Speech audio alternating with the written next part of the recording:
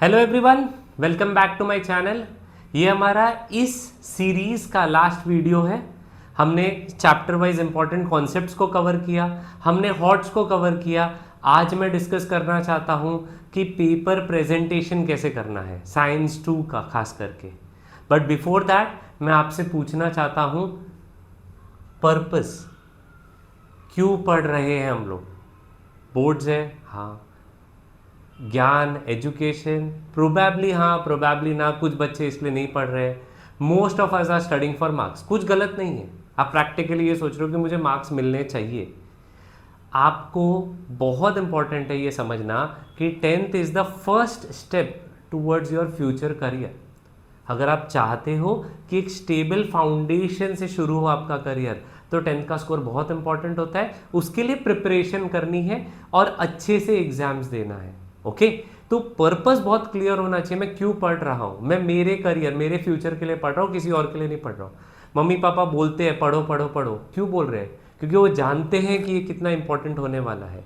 आपको थोड़ा सा नैगिंग लगेगा, थोड़ा इरिटेटिंग भी लगेगा, आसपास रिलेटिव्स, पेरेंट्स सब लोग प्रेशर डाल रहे हैं कि पढ़ो पढ़ो पढ़ो, लेकिन क्यों? ये वजह है कि उनको मालूम है कितना इंपॉर्टेंट है 10th आपके लिए। तो आपका पर्पस बहुत क्लियर होना चाहिए।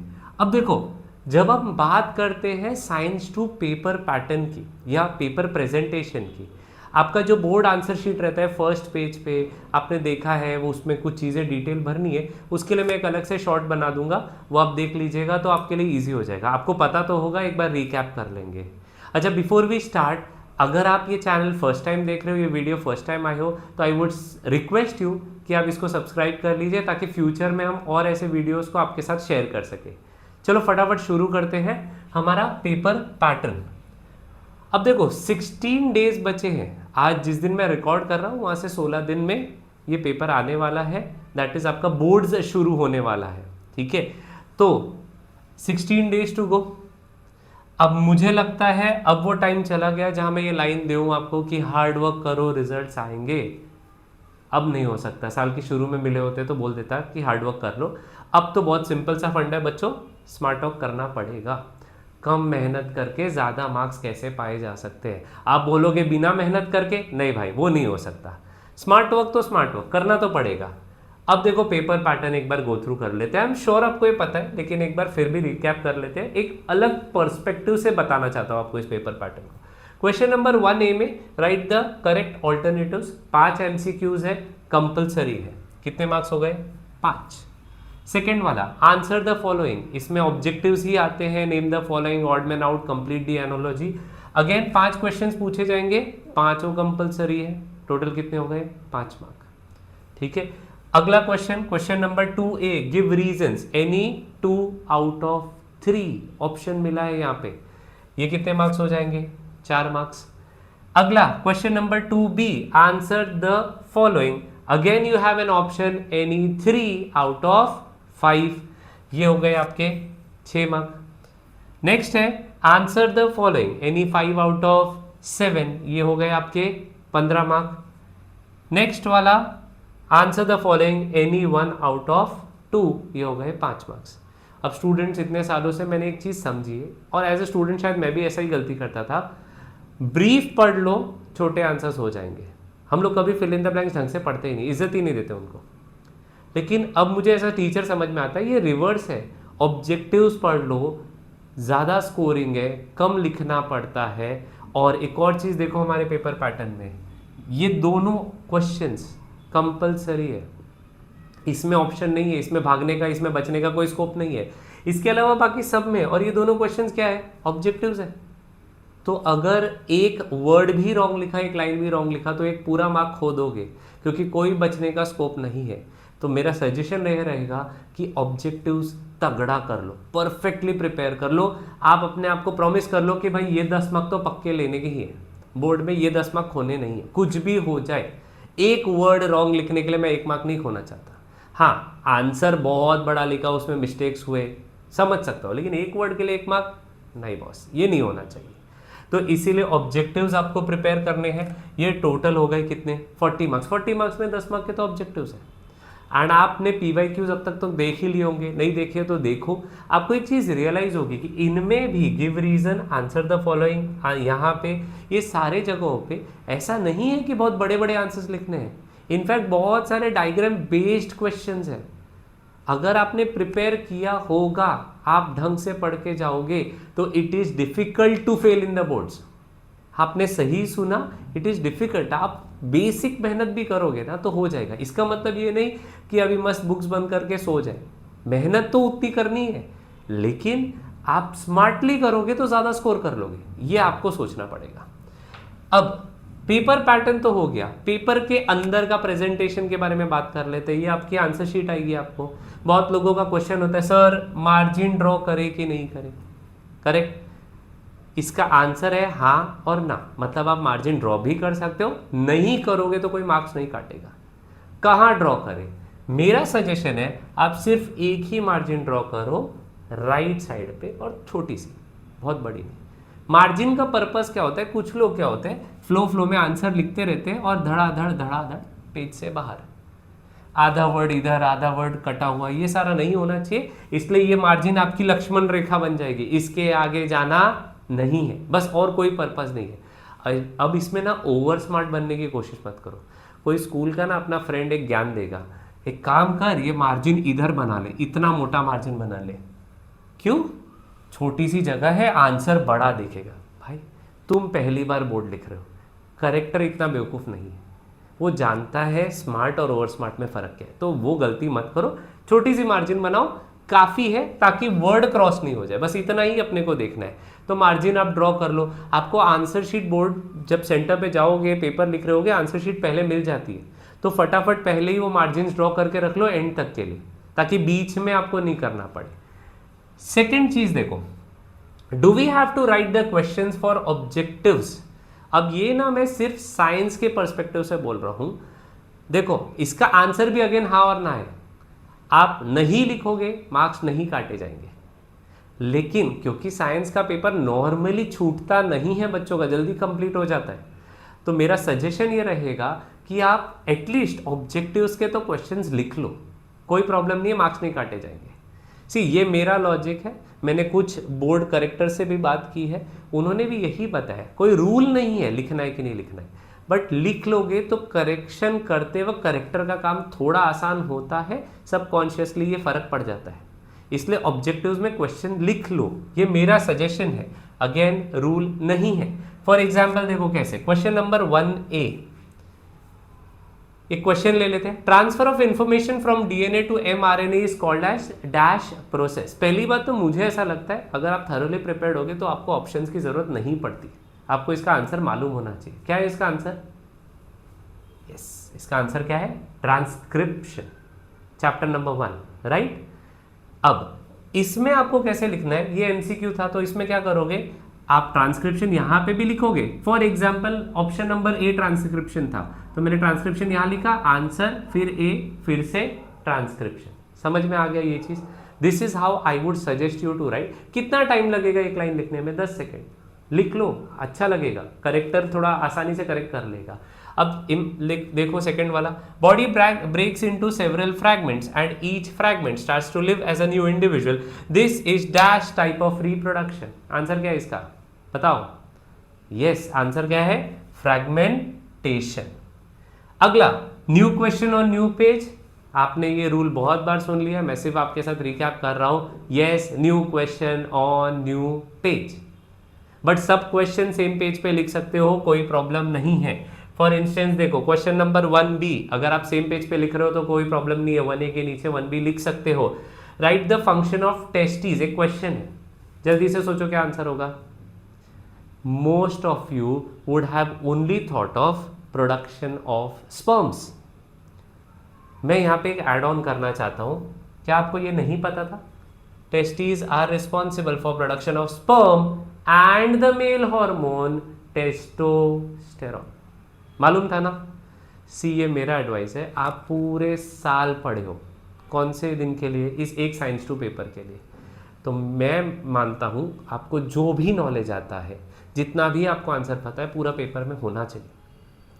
ये पेपर जा रहा है एग्जामिनर के पास, करेक्टर के पास, आप खुद नहीं जा पाओगे, आप नहीं बता पाओगे अपने कितना साइंस टू पढ़ा है।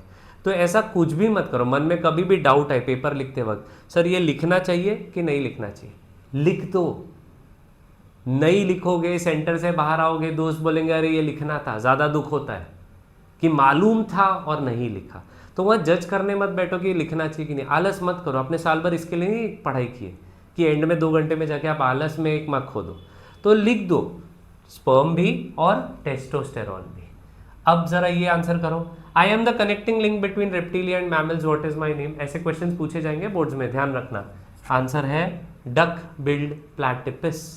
आपको ध्यान ये रखना है कि आपकी स्पेलिंग रॉन्ग नहीं हो। अब ये अगर सेम पेज पे आ रहा है कोई प्रॉब्लम नहीं है। क्वेश्चन नंबर 2A हो गया तो नए पेज पे डाल देना। अब वो मत सोचना कि 2 ही लाइन खर्च हुई है, यूज हुई है, अगले पेज पे जाओ, ये बोर्ड रूल है, कोई कुछ नहीं बोलने वाला है, समझाइए सबको। चलो आगे देखो, अंडरलाइनिंग कीवर्ड्स मेरे हिसाब से ये बहुत बहुत इंपॉर्टेंट है। मैंने एज अ टीचर भी कभी कभी हमको भी करेक्शंस करने पड़ते हैं and it is tough. Corrections करना आसान नहीं होता है। आप मेरी जगह नहीं ले सकते, आप मेरा काम कम नहीं कर सकते, लेकिन आप मेरा काम आसान ज़रूर कर सकते हो। ज़रा देखो ये एक एग्जाम्पल को, ज़रा ये आंसर प्रेजेंट कर देते हैं। अब आपने लिख तो दिया, आपने बहुत मेहनत की, आपने याद भी किया, आपने इसको लिख भी दिया।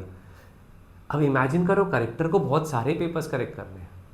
अगर मुझे एज अ करेक्टर सब कुछ रीड करना पड़ रहा है, हमको हमारे कॉलेज में सर बोलते थे आप एग्जामिनर को उतना ही दिखाओ, उतना ही बताओ जो आप उसको बताना चाहते हो। पूरा आंसर पढ़ने दोगे तो कहीं ना कहीं कोई दूसरा मिस्टेक निकाल लेगा। इसीलिए वो अंडरलाइनिंग कीवर्ड्स बहुत इंपॉर्टेंट है। मैं नहीं चाहता मेरा एग्जामिनर, मेरा करेक्टर सब कुछ पढ़े, तो मैं क्या करूँगा, मैं कीवर्ड्स को अंडरलाइन कर दूंगा। देखो वो भी थोड़ा घाई में हो, उसको भी फटाफट करेक्शन करने हैं। तो अगर मैं उसको बता दूंगा भाई पढ़ ले, segmented body, thin cuticle, parapodia, tracheal respiration, open circulation, मिल गए तेरे को सारे कीवर्ड्स, मार्क्स दे, आगे बढ़। वो भी खुश, हम भी खुश। अब वो दूसरी चीज़ें पढ़ेगा, हो सकता है गलती से मेरी सेड की स्पेलिंग रॉन्ग हो जाए, हो सकता है 2 की जगह मैं 2 लिख दूँ। अब इसका एक्चुअली साइंस के आंसर से कोई लेना देना नहीं है, लेकिन क्योंकि उसने पूरा रीड किया, क्योंकि आपने उसको पूरा रीड करने का ऑप्शन दिया, इसीलिए वहाँ मार्क्स कटे जाएंगे। और हुआ होगा आपका पूरे साल में, इररिलेवेंट वर्ड्स के लिए मार्क्स कटे, आपकी गलती, आपने उसको पढ़ने क्यों दिया। कीवर्ड्स दे दो, वो रीड उतना ही करेगा, वो भी खुश रहेगा। तो अंडरलाइन करो। कोई रूल है क्या सर कितने कीवर्ड्स, नहीं, बट फिर भी क्योंकि तुमको जानना ही है तो मैं ऐसा एक अजम्पशन पे दे सकता हूँ। अगर 2 मार्क का आंसर हो तो कोशिश करो 3 से 4 कीवर्ड्स अंडरलाइन कर दो। अगर 4 मार्क का आंसर है तो 6 से 8 कीवर्ड्स। ऐसा मत कर देना कि इस आंसर में भी तुमने 8 से 10 कीवर्ड्स अंडरलाइन कर दे। भाई तूने किया सब तो अंडरलाइन कर दिया, बचा क्या। तो कीवर्ड्स भी कीवर्ड्स ही होने चाहिए, सारे वर्ड्स नहीं होने चाहिए। ओके, अब एक्स्ट्रा क्वेश्चन लिखना है कि नहीं, ये थोड़ा सा ट्रिकी है। एक्स्ट्रा क्वेश्चन लिखना चाहिए कि नहीं लिखना चाहिए। देखो एक्स्ट्रा क्वेश्चन कैसे है मालूम है, पेपर में ऑप्शंस इसलिए दिए गए हैं ताकि अगर आपको कुछ नहीं आता है तो आप उसको स्किप करके बाकी आंसर्स अटेम्प्ट कर लो, बराबर। अब फॉर इंस्टेंस एक आंसर द फॉलोइंग में आपको अटेम्प्ट करने को बोला गया, भाई 7 क्वेश्चन उसमें से 5 अटेम्प्ट कर लो, ये एग्जामिनर ने आपको ऑफर किए। आप बोलोगे नहीं सर हमको तो आपने बोला ना सब कुछ नॉलेज है, शो ऑफ करो, तो मैं 7 लिख देता हूँ। ये तो थोड़ा सा गलत हो जाता है ना। एग्जामिनर आपको ऑप्शन दे रहा है, आप उसको बोल रहे हो भाई करेक्ट कर ले, 7 कर ले, 7 में से कोई भी 5 में मार्क्स दे दे। मत करो, उसका काम भी बढ़ता है, उसको मेंशन करना पड़ता है एक्स्ट्रा क्वेश्चन, ये वो। मैं इसको ना थोड़ा केबीसी की लाइफलाइन की तरह बोलता हूँ कि एक पेपर में एक बार यूज करो। अलाउड है एक्स्ट्रा क्वेश्चन लिखना, लेकिन पूरा भर मत दो, करेक्शन का काम बढ़ जाता है, तो फिर कहीं डाउन द लाइन थोड़ा असर पड़ सकता है। एक अटेम्प्ट करो, वो करेक्टर भी समझेगा बच्चा श्योर नहीं था इसलिए शायद ये वाला अटेम्प्ट किया है, तो कंसिडर करेगा। ओके, तो नॉर्मली एक्स्ट्रा क्वेश्चन मत अटेम्प्ट करो। ऐसा नहीं हो जाए एक्स्ट्रा क्वेश्चन अटेम्प्ट करने के चक्कर में पीछे का मेन आंसर छूट जाए, ये भी होता है कभी कभी, तो थोड़ा सा केयरफुल रह के चलना चाहिए। So probably 1 extra question. Where do we use pencil, पता नहीं कभी कभी कंफ्यूज हो जाता है बच्चा, सर पेन कहाँ यूज करना है, पेंसिल कहाँ यूज करना है। चलो थोड़ा आंसर कर देते हैं। समझो रिएक्शंस है सॉरी केमिकल स्ट्रक्चर है, फ्लो चार्ट्स है, साइंस 1 2 मिला के देखते हैं। तो मेरा सजेशन है रिएक्शंस जो भी है, barium chloride zinc sulphate gives barium sulphate zinc chloride, ये अगर आपको लिखना है तो ये पेन से लिखो। पूरा रिएक्शन पेन से, नीचे हेडिंग्स भी पेन से, कुछ भी पेंसिल टच करने की जरूरत नहीं है for a chemical reaction. Chemical structure लिखना है, जैसे बेंजीन रिंग ड्रॉ करनी है, तो इसमें आप पूरा पेंसिल। अब साइंस के पेपर में देखना PYQs में बहुत सारे फ्लो चार्ट्स दिखेंगे, तो अगर फ्लो चार्ट्स आपको करने हैं तो फ्लो चार्ट का रूल आप ये फॉलो कर सकते हो, boxes and arrows with pencil, and उसमें जो आंसर लिखना है वो किससे लिखना है, पेन से लिखना है। आप इसका स्क्रीनशॉट ले सकते हो ताकि कंफ्यूजन खत्म हो जाए वंस एंड फॉर ऑल, ठीक है। अब नेक्स्ट पे जाते हैं, डायग्राम प्रेजेंटेशन। भाई साहब ये बहुत इंपॉर्टेंट है। अब यहाँ पे क्या होगा, पूरी मेरी ऑडियंस दो ग्रुप्स में डिवाइड हो जाएगी, एक जिनको ड्राइंग्स एनीवेज बहुत अच्छी आती है, अच्छा भी बनाते, एक जो ड्राइंग्स अच्छा नहीं बनाते। प्रॉब्लम क्या है मालूम है, जिनको ड्राइंग्स ऑलरेडी अच्छी आती है वो और अच्छा अपने आप को प्रेजेंट करना चाहते हैं और अच्छा बना के प्रेजेंट करना चाहते हैं। दूसरे वाले क्या होते हैं, भाई हमको आती नहीं है तो वो और गंदा बनाते, एफर्ट भी नहीं डालते कि थोड़ा सा बेटर बना दे।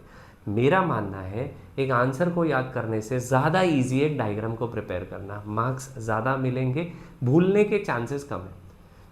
सर 15 दिन में तो डायग्राम सुधार नहीं सकते, तो क्या करने का, डायग्राम नहीं सुधरेगा लेकिन प्रेजेंटेशन तो बेटर बना लो, थोड़ा सा बेटर ड्रॉ कर लो, थोड़ा नीट कर लो। मैं आपको बताऊंगा कैसे कर सकते हैं, प्रेजेंटेशन पे ध्यान देंगे। ये फ्लावर का डायग्राम है, मुझे ऐसा लगता है इससे रिलेटेड कुछ ना कुछ तो पेपर में पूछा ही जाता है हर साल, किसी ना किसी रूप में। डायग्राम पूछ लिया, इसके फंक्शन पूछ लिए, पार्ट्स पूछ लिए, पढ़ लेना, ठीक है। ऐसा नहीं बोल रहा हूँ कि ये आएगा ही, ये मेरा एक्सपीरियंस बोलता है कि आ सकता है, ठीक है। अब डायग्राम ऑफ फ्लावर में देखो कितना नीटली हम कर सकते हैं इस चीज़ को। आपने डायग्राम तो ड्रॉ कर लिया, शायद इतना अच्छा नहीं बनेगा, लेकिन आप उस कैरी बैग में लेके जा रहे हो, आपके पास पेन, आपके बॉक्स में ना वो है, स्केल है, पेंसिल है, प्लीज़ एफर्ट डालो, उसको निकालो, एक लाइन को प्रॉपर स्केल से ड्रॉ करो, और जो भी लेबलिंग कर रहे हो ढंग से एक शार्पन, इतने बार शायद ड्रॉ किया होगा तो पेंसिल ब्लंट होगी, सिली चीज़ है बट ये बता रहा हूँ, शार्पन करो, फिर से ढंग से लेबल करो। अगर आपकी हैंडराइटिंग बहुत गंदी है तो कैपिटल लेटर्स, ब्लॉक लेटर्स में लिख दो। डायग्राम नहीं सुधार सकते बट उसका प्रेजेंटेशन तो बेटर कर सकते हो ना यार, तो ये करो, मेक श्योर कि आपने उसको अच्छे से प्रेजेंट किया और फिर उसको एक बॉक्स बना दो। इनफैक्ट एक हेडिंग भी डाल दो यहाँ पे, parts of a flower. Diagram box के अंदर भी हेडिंग दे सकते हो, बॉक्स के बाहर भी दे सकते हो, कोई प्रॉब्लम नहीं है। सी ये डायग्राम ज़्यादा प्रेजेंटेबल लगेगा, ये आर्ट्स का पेपर नहीं है, साइंस का पेपर है, तो करेक्टर भी जानता है you will not be very artistic, but आप नीटली ड्रॉ करो, लेबल्स ठीक से करो, प्रेजेंट अच्छे से करो, मार्क्स मिल जाएंगे। आप लोग क्या करते हो, आप लोग रफली सब कुछ कर देते हो। मैंने देखा है यहाँ पे बच्चा क्या करेगा, गंदा सा डायग्राम बनाएगा, फिर यहाँ से ऐसे फ्री हैंड ड्राइंग, स्केल वही पड़ा है लेकिन फ्री हैंड ड्राइंग, और यहाँ पे ऐसे लेबल, फिर यहाँ पे थोड़ी देर में यहाँ पे सन बन जाता है। ये मत करो, फिर तुम बोलोगे डायग्राम में मार्क्स नहीं आते सर, अच्छा नहीं है, ऐसा नहीं है, वैसा नहीं है, वो नहीं पॉसिबल है। फिर तुम लोगों को एफर्ट तो डालना पड़ेगा ना, वो डालना है। तो डायग्राम प्रेजेंटेशन, डायग्राम में सब कुछ पेंसिल से ही करना है, कोई कंफ्यूजन मत करो। बहुत सारी जगह मैं देखा है लेबल पेन से कर देते बच्चे, लेबलिंग भी पेंसिल से, ठीक है। Sign if we cancel a word और एन आंसर। अब इसमें ऑब्जेक्टिव्स में तो कैंसिलेशन अलाउड ही नहीं है भाई, तुमको इंश्योर करना है कि अगर तुमको आंसर आता है ठीक से लिखो, नहीं आता है सोचो, 2 घंटा है, अभी पेपर शुरू हुआ है, घाई घाई में कुछ भी मत लिखो, फिर रॉन्ग करो, फिर कट करो, ओवर राइट करो, नहीं। आंसर में भी अब ये सिचुएशन देखो, the first aid training is, हो गई मेरे से गलती, एक्सट्रीमली की जगह मैंने ये स्पेलिंग लिख दी है। अब मैंने बहुत सारे स्टूडेंट्स को देखा है, वो लोग क्या करेंगे, पूरा डेकोरेट करेंगे, कवर कर देंगे कि भाई ये एग्जामिनर को बिल्कुल नहीं दिखना चाहिए कि मेरे से एक्सट्रीमली की स्पेलिंग रॉन्ग हो गई। तुमने कोई गुनाह नहीं किया, क्राइम नहीं किया, हो गया, मिस्टेक हो गया, सिर्फ एक लाइन ड्रॉ करो और अपना आंसर प्रोसीड कर लो, हो गया, खत्म, सिंपल। डोंट हाईलाइट इट, अपने मिस्टेक को हाईलाइट थोड़ी नहीं करते हैं, एक लाइन ड्रॉ कर लो, कंप्लीट कर दो। विच पेन्स टू यूज, कोई भी पेन यूज कर सकते हो, कोई भी कलर यूज कर सकते हो, मेरा पर्सनल चॉइस है, ब्लू पेन यूज करो, बॉल पेन यूज करो, ठीक है। और कोई नया पेन खरीदने की जरूरत नहीं, ऐसा नहीं है कि ये कंपनी का पेन खरीदोगे तो ज़्यादा मार्क्स आ जाएंगे, है ना, तो ऐसा कुछ नहीं होने वाला। जिस पेन से आप पूरे साल से लिख रहे हो उसके 3, 4, 5, 6 पेन्स ला के रख लो बैग में, ठीक है, क्योंकि उसका हाथ बैठा है, कंफर्ट आपका बैठा हुआ है। ब्लू पेन से लिखो, बॉल पेन से लिखो, जेल से हो सकता है ब्लॉट हो जाए, थोड़ा सा रिस्क इन्वॉल्व है, इसलिए बॉल पेन सजेस्ट कर रहा हूँ, ठीक है। आप ब्लैक से भी लिख सकते हो, ऐसा नहीं है कि ब्लैक से नहीं लिख सकते, मेरा पर्सनल चॉइस ब्लू है। Is it compulsory to start from question 1? No, it is not compulsory. Question number ठीक से लिखना, जो भी क्वेश्चन से शुरू करना है, प्रेफरेंस क्वेश्चन नंबर 1 से शुरू करो, ज्यादा बेटर रहेगा, ऑर्डर मेंटेन रहेगा, करेक्टर के लिए अगेन थोड़ा आसान हो जाएगा, बट आप एक्सट्रीम सिचुएशंस में बदल सकते हो। क्वेश्चन नंबर मेंशन करना, अच्छा बोर्ड रूल है by the way, question number सब क्वेश्चन नहीं लिखा तो सीधा 0, एग्जामिनर करेक्ट भी नहीं करेगा उस आंसर को, और शायद ये आपके साथ हुआ भी होगा 10th में, तो थोड़ा सा ध्यान देना इस चीज को लेके।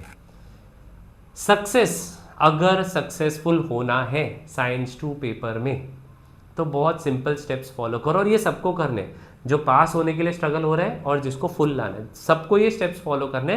मैं इनको स्टेप्स ऑफ सक्सेस बोलता हूँ। पहला स्टेप सक्सेस पाने के लिए क्या करना है, solve all the objectives, I am saying solve it. आप सबके पास डाइजेस्ट होगी, टेक्स्ट बुक होगी, पेंसिल उठाओ, सीधा मिनी टेस्ट है, टेक्स्ट बैक क्वेश्चंस में वहाँ आंसर लिखो, घर पे कोई होगा चेक कर सकता है, नहीं तो खुद कर लो, सॉल्व करो। ऐसे मत करो क्वेश्चन पढ़ा, आंसर सोचा, पलटा, हाँ मैंने यही सोचा था, सॉल्व करके देख लो। ऑब्जेक्टिव्स अपने कंपलसरी, वो 10 मार्क लाने अपने को, इसलिए ऑब्जेक्टिव्स को लाइटली मत लो। उसके बाद क्या करना, सारे डायग्राम्स को एक बार प्रैक्टिस कर लो, सारे फ्लो चार्ट्स को प्रैक्टिस कर लो। यकीन मानो ये बहुत इंपॉर्टेंट है, आप बाद में याद करोगे कि हाँ अच्छा हुआ डायग्राम्स प्रैक्टिस कर लिए थे। अगर आप डायग्राम्स प्रैक्टिस करके ही नहीं जाओगे तो आपको कैसे लगता है पेपर में अच्छा बना पाओगे, नहीं बनेगा आपसे। आप प्रैक्टिस करके जाओ, देखो आपको इसका कितना फायदा होगा। नेक्स्ट चीज क्या करना, सारे टेक्स्ट बैक क्वेश्चंस कर लेना। ये अनसेड रूल है, डायरेक्टली या इनडायरेक्टली 65 से 70% पेपर वो टेक्स्ट बैक क्वेश्चंस डायरेक्टली या इनडायरेक्टली वही क्वेश्चंस को घुमा के पूछा गया होगा।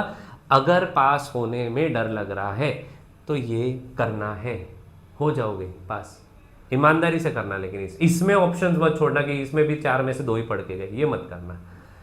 अगला, ज्यादा स्कोर करना है, प्रीवियस ईयर क्वेश्चंस, टाइम है तो सॉल्व करो, टाइम नहीं है तो एटलीस्ट गो थ्रू करो। कुछ क्वेश्चंस देखा गया है रिपीट होते हैं, अगर अब तक नहीं किया है तो प्लीज कर लो PYQs को एक बार गो थ्रू, समझ रहे हो। और स्कोर करना है, थोड़ा सा ऑर्थोडॉक्स है, आपके पेरेंट्स खुश हो जाएंगे लाइन सुन के, एक बार टेक्स्ट बुक रीड कर लो। कोई भी कंपनी, कोई भी डाइजेस्ट ये गारंटी नहीं देती कि हमने जितने क्वेश्चन दिए उसी में से पेपर आएगा, राइट। आप एक बार टेक्स्ट बुक पढ़ लो क्योंकि पेपर उसी में से आएगा। हो सकता है किसी भी डाइजेस्ट में नहीं दिया हो, लेकिन आपने टेक्स्ट बुक में पढ़ा था, आपको उसका फ़ायदा मिलेगा। और टेक्स्ट बुक पूरा फर्स्ट टू लास्ट पढ़ना, लास्ट पेज पे भी पढ़ना। मुझे अभी भी याद है मेरे 10th के वक्त जो लास्ट का ब्रीफ आंसर आया था वो लास्ट पेज से आया था, तो कभी कभी वो हो जाता है, मुझे नहीं पता इस बार होगा कि नहीं होगा। टाइम मैनेजमेंट बहुत इंपॉर्टेंट है। इस वक्त आपका पूरा टाइम, या तो आप थोड़ा रेस्ट करो, खाओ पियो, थोड़ा सा फैमिली टाइम दो, स्क्रीन टाइम कम करो, एटलीस्ट लूज चीज़ें नहीं। आप ये देख रहे हो कुछ काम का है, बात अलग है, लेकिन बोर्ड्स कंप्लीट होने के बाद बहुत टाइम है आपके पास, सब कुछ ऑनलाइन है, सब कुछ अवेलेबल है। तो एकदम टेम्प्ट मत करो कि अगर ये सीरीज़ नहीं देखी, ये मूवी नहीं देखी, ये मैच नहीं देखा तो कुछ हो जाएगा। टाइम मैनेज करो, you will feel way better after your boards are over. And बहुत टाइम रहेगा, उस वक्त सब कुछ कर सकते हो, कोई टेंशन मत लो, ये हो जाएगा। टाइम मैनेज करो, पढ़ने बैठो तो एक टारगेट लेके बैठो कि इतनी देर में ये चैप्टर पढ़ना है। आप बोलोगे सर मैंने ये चैप्टर थरोली पढ़ा, मैं पूछा कितने टाइम में, 4 घंटे, नॉट गुड। अगर यही चीज़ आप 1-1.5 आवर में पढ़ लिया तो ग्रेट, क्योंकि आपने फास्ट भी पढ़ा और क्वालिटी भी दी। टाइम मैनेजमेंट किए, सब लोग पढ़ रहे हैं, आधा महीना बचा है, सब पढ़ रहे होंगे, कौन ज़्यादा फास्ट और बेटर क्वालिटी में पढ़ेगा वो रिजल्ट देने वाला है। अगर ये सब किया तो आपने स्टेप्स ऑफ सारे सक्सेस कवर किए, सक्सेस मिलने वाली है। ये मेरा मंत्र है, बिफोर द एग्जाम बी काम, during the exam be confident. Exam से पहले काम कंपोज रहो, ज़्यादा पैनिक मत करो, ज़्यादा फिजिट मत करो, प्लान्स चेंज मत करो।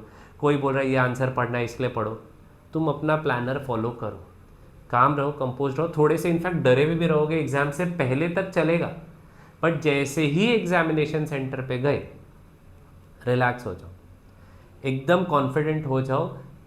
देखो वैसे भी डर के कुछ फ़ायदा नहीं है, अगर पूरे साल कुछ नहीं कर पाए तो लास्ट 2 मिनट डर के भी कुछ नहीं होने वाला है।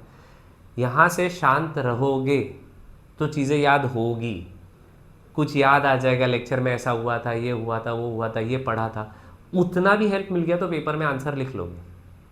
लेकिन बहुत पैनिक करोगे, बहुत फिजिट करोगे, इतने साल की टीचिंग में नहीं चीज़ समझ लिया, एक्सपीरियंस टीचर और फ्रेशर में एक चीज़ फ़र्क हो जाती है, विच इज़ काम कंपोज नेचर। आप किसी भी एक्सपीरियंस टीचर को देख लो, बहुत शांति से बोलेगा, हो गया। अभी मैंने आपसे ये बात करते हुए थोड़ा सा फंबल किया, पैनिक क्यों करना है, हो गया ना, मिस्टेक होती है। तो ये चीज़ आप ध्यान रखो, पैनिक मत करना, शांति से जाओ, पेपर लिखो, आराम से आओ। हाँ, एक एडवाइस दे रहा हूँ, बाहर आने के बाद, ये मेरा पर्सनल ओपिनियन है, ज़रूरी नहीं सब लोग समझे, पेपर बाहर आने के बाद डिस्कस मत करो। पेपर हो चुका है, अब कुछ नहीं बदलने वाले। बाहर आओगे आप कॉन्फिडेंट हो और बाद में पेपर डिस्कस किया, डीमोरलाइज हो गए, इसका असर दूसरे पेपर पे पड़ेगा। इससे अच्छा घर जाओ, खाना खाओ, सो जाओ थोड़ी देर, रीस्टार्ट मारो, अगले पेपर की तैयारी करो। समझ रहे हो मेरी बात? ये बहुत इंपॉर्टेंट है, पेपर डिस्कशन नहीं करना, बैग में रख देना, घर चले जाना, ठीक है? ये सब चीज़ें फॉलो करो। बाकी हम लोग तो है ही, अगर चैनल को अब तक नहीं फॉलो किया कर लो, आगे और भी बहुत सारा कंटेंट डालने वाले हैं, 10 से रिलेटेड, प्रोबेबली 11 12 का भी कंटेंट आएगा, एंट्रेंस का भी आएगा, and it will all be very nice for you. Okay, मैं उम्मीद करता हूँ ये सेशन आपने पूरा देखा होगा, इनमें से इन टिप्स को आप फॉलो करोगे, एग्जीक्यूट करो। अगर अभी तक प्रीलिम्स चल रहे हैं या प्रैक्टिस पेपर लिख रहे हो तो इन रूल्स को फॉलो करो, डायरेक्टली बोर्ड में नहीं होगा। आपने वीडियो देख लिया, सब ज्ञान तो प्राप्त कर लिया, अटेम्प्ट करके भी देखो, क्योंकि पेपर के वक्त याद आना चाहिए। मार्जिन ड्रॉ करना है, लाइंस अंडरलाइन करनी है, ये सारी चीज़ पेपर में याद आनी चाहिए, तो प्रैक्टिस अभी करनी है। All the best for your exams, see you in the next video.